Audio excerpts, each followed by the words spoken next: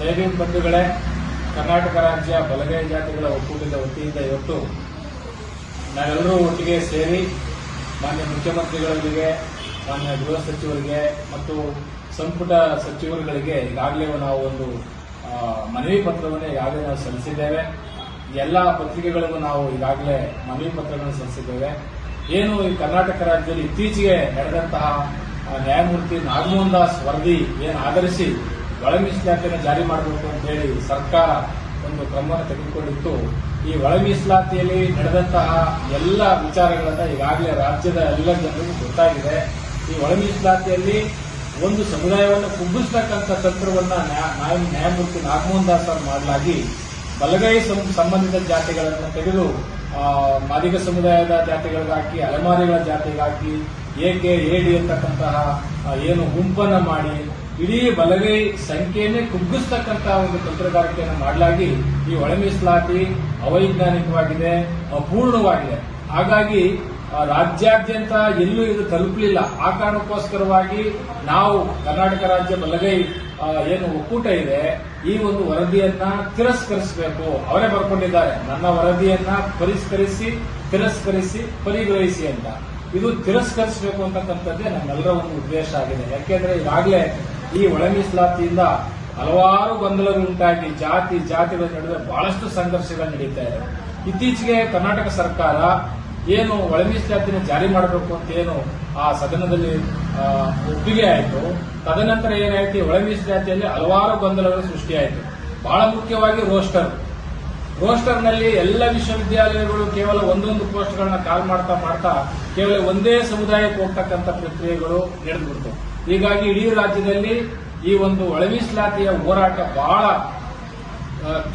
ತೀವ್ರವಾಗಿ ಕಂಡುಕೊಂಡಂತ ಪರಿಣಾಮದಿಂದ ಕರ್ನಾಟಕ ಸರ್ಕಾರ ಮೊನ್ನೆ ಕ್ಯಾಬಿನೆಟ್ನಲ್ಲಿ ಧಾರವಾಡದಲ್ಲಿ ನಡೆದಂತಹ ಪ್ರತಿಭಟನೆ ಮತ್ತು ರಾಜ್ಯದ ಎಲ್ಲಾ ಮೂಲೆಗಳಲ್ಲಿ ನಡೆದಂತಹ ಪ್ರತಿಭಟನೆಯನ್ನು ಮನಗಂಡು ವಿದ್ಯಾರ್ಥಿಗಳ ಹಿತದೃಷ್ಟಿಯಿಂದ ಈಗಾಗಲೇ ಒಳ ಮೀಸಲಾತಿಯ ವಿಚಾರವು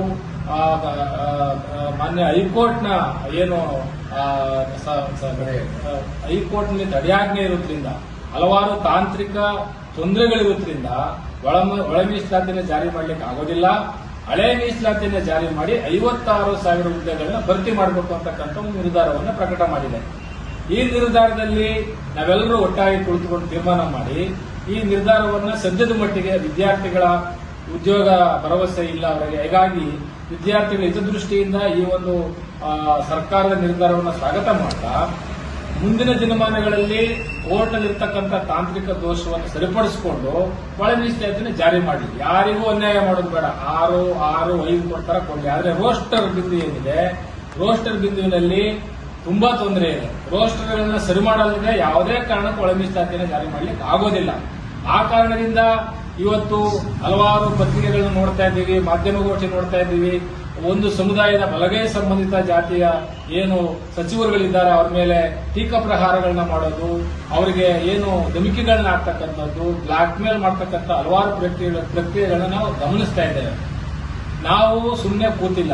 ನಾವು ಸಹ ಬಹಳ ಸಮತೆ, ಮಮತೆ, ಪ್ರೀತಿ, ಕರುಣೆ, ಮೈತ್ರಿಯಿಂದ ಭಗವಾನ್ ಬುದ್ಧರ ತತ್ವಗಳಿಗೆ ಪ್ರತಿಪಾದನೆ ಮಾಡ್ತಕ್ಕಂಥ ನಾವು ಬಾಬಾ ಸಾಹೇಬ್ ಅಂಬೇಡ್ಕರ್ ಅವರನ್ನು ಓದ್ಕೊಂಡ ಮೇಲೆ ನಾವು ಎಲ್ಲೂ ಸಹ ಅಗ್ರೆಸಿವ್ ಆಗಬಾರ್ದು, ಯಾರಿಗೂ ತೊಂದರೆ ಕೊಡಬಾರದು, ಯಾರಿಗೂ ಅನ್ಯಾಯ ಆಗಬಾರದು ಅಂತ ದೃಷ್ಟಿಯಿಂದ ನಾವೆಲ್ಲರೂ ಸಮಾನವಾಗಿ ಹಂಚಿಕೆ ಆಗಲಿ, ಸಂವಿಧಾನದ ಆಶಯ ಜಾರಿಯಾಗಲಿ, ಯಾರು ಮುಂದಿದ್ದಾರೋ, ಯಾರು ಶೋಷಿತರಿದ್ದಾರೋ ಅವರು ತಲುಪಲಿ ಅಂತ ಸುಮ್ಮನೆ ಇದ್ವಿ. ಈಗ ಏನಾಗಿದೆ, ರೋಸ್ಟರ್ನಲ್ಲಿ ಬಹಳ ತೊಂದರೆ ಆಗಿದೆ.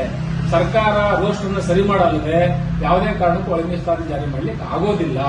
ಹಾಗಾಗಿ ಇವತ್ತಿನ ಬೆಳವಣಿಗೆಯಲ್ಲಿ ನಾಳೆ ಏನು ಸಂಪುಟ ಸಭೆ ಏನೋ ನಡೀತಾ ಇದೆ. ನಾಳೆ ಸಂಪುಟ ಸಭೆಗೂ ನಾವು ಮನವಿ ಪತ್ರ ಸಲ್ಲಿಸ್ತಾ ಇದ್ದೇವೆ. ಏನು ಅಂದ್ರೆ, ನಾಗಮೋಹನ್ ದಾಸ್ ಅವರ ಒಳ ಮೀಸಲಾತಿಯ ವರದಿ ಸಂಪೂರ್ಣವಾಗಿ ಅವೈಜ್ಞಾನಿಕವಾಗಿದೆ.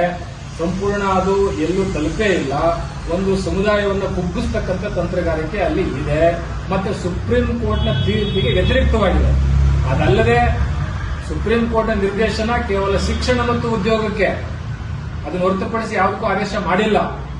ಆಗಿದ್ರೂ ಸಹ ಈ ಒಳ ಮೀಸಲಾತಿಯಲ್ಲಿ ಇರ್ತಕ್ಕಂಥ ಏನು ಹಲವಾರು ಪ್ರಕ್ರಿಯೆಗಳಿಗಾಗಲೇ ರಾಜ್ಯಾದ್ಯಂತ ಎಸ್ಸಿಪಿ ಟಿಎಸ್ಪಿಗೂ ಕೊಡಿ, ಜಿಲ್ಲಾ ಪಂಚಾಯತ್ಗೂ ಕೊಡಿ, ರಾಜಕೀಯಕ್ಕೆ ಕೊಡಿ, ಎಲ್ಲದಕ್ಕೂ ಕೊಡಿ ಅಂತಕ್ಕಂಥ ಏನು ನಡೀತಾ ಇದೆ ಇದೆಲ್ಲವೂ ಸಂವಿಧಾನ ವಿರೋಧಿ, ಸುಪ್ರೀಂ ಕೋರ್ಟ್ನ ತೀರ್ಪಿನ ವಿರುದ್ಧವಾದಂತಹ ವಿಚಾರಗಳು. ಹಾಗಾಗಿ ಮಾನ್ಯ ಸರ್ಕಾರದಲ್ಲಿ ನಾವು ಕೇಳ್ಕೊಳ್ಳೋದಿಷ್ಟೇ, ನಾಳೆ ನಡೀತಕ್ಕಂಥ ಸಚಿವ ಸಂಪುಟದಲ್ಲಿ ನಾವೇನು ಮನವಿಯನ್ನು ಕೊಟ್ಟಿದ್ದೇವೆ, ಕರ್ನಾಟಕ ರಾಜ್ಯ ಬಲಗೈ ಜಾತಿಗಳ ಒಕ್ಕೂಟದಿಂದ ಏನು ಮನವಿ ಕೊಟ್ಟಿದ್ದೇವೆ, ಅದರಲ್ಲಿ ಹಲವಾರು ಅಂಶಗಳನ್ನ ಕೊಟ್ಟಿದ್ದೇವೆ. ನಾವು ಯಾರಿಗೂ ಅನ್ಯಾಯ ಮಾಡೋದು ಬೇಡ. ಹಳೆ ಮೀಸಲಾತಿಯನ್ನೇ ಸದ್ಯದ ಮಟ್ಟಕ್ಕೆ ನೀವು ಜಾರಿ ಮಾಡಿ.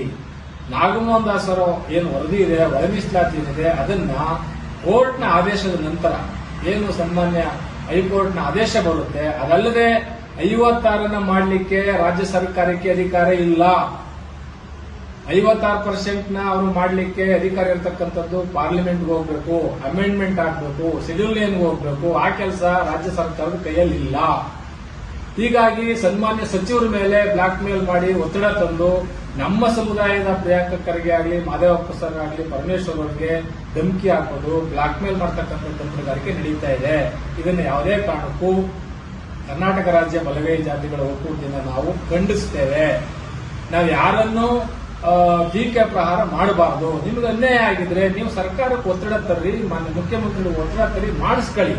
ಅದು ಬಿಟ್ಟು ನೀವು ಯಾವುದೋ ಒಂದು ಸಮುದಾಯದ ನಾಯಕರುಗಳನ್ನ ನೀವು ಬ್ಲಾಕ್ ಮೇಲ್ ಮಾಡ್ತಕ್ಕಂಥ ತಂತ್ರಗಾರಿಕೆ ಅಕ್ಷರನೇ ಸಂವಿಧಾನದ ವಿರೋಧಿ ಕೆಲಸ ಅದು ಅಂತ ನಾವು ಈ ಸಂದರ್ಭದಲ್ಲಿ ಉಗ್ರವಾಗಿ ಖಂಡಿಸ್ತಾ ಇದ್ದೇವೆ.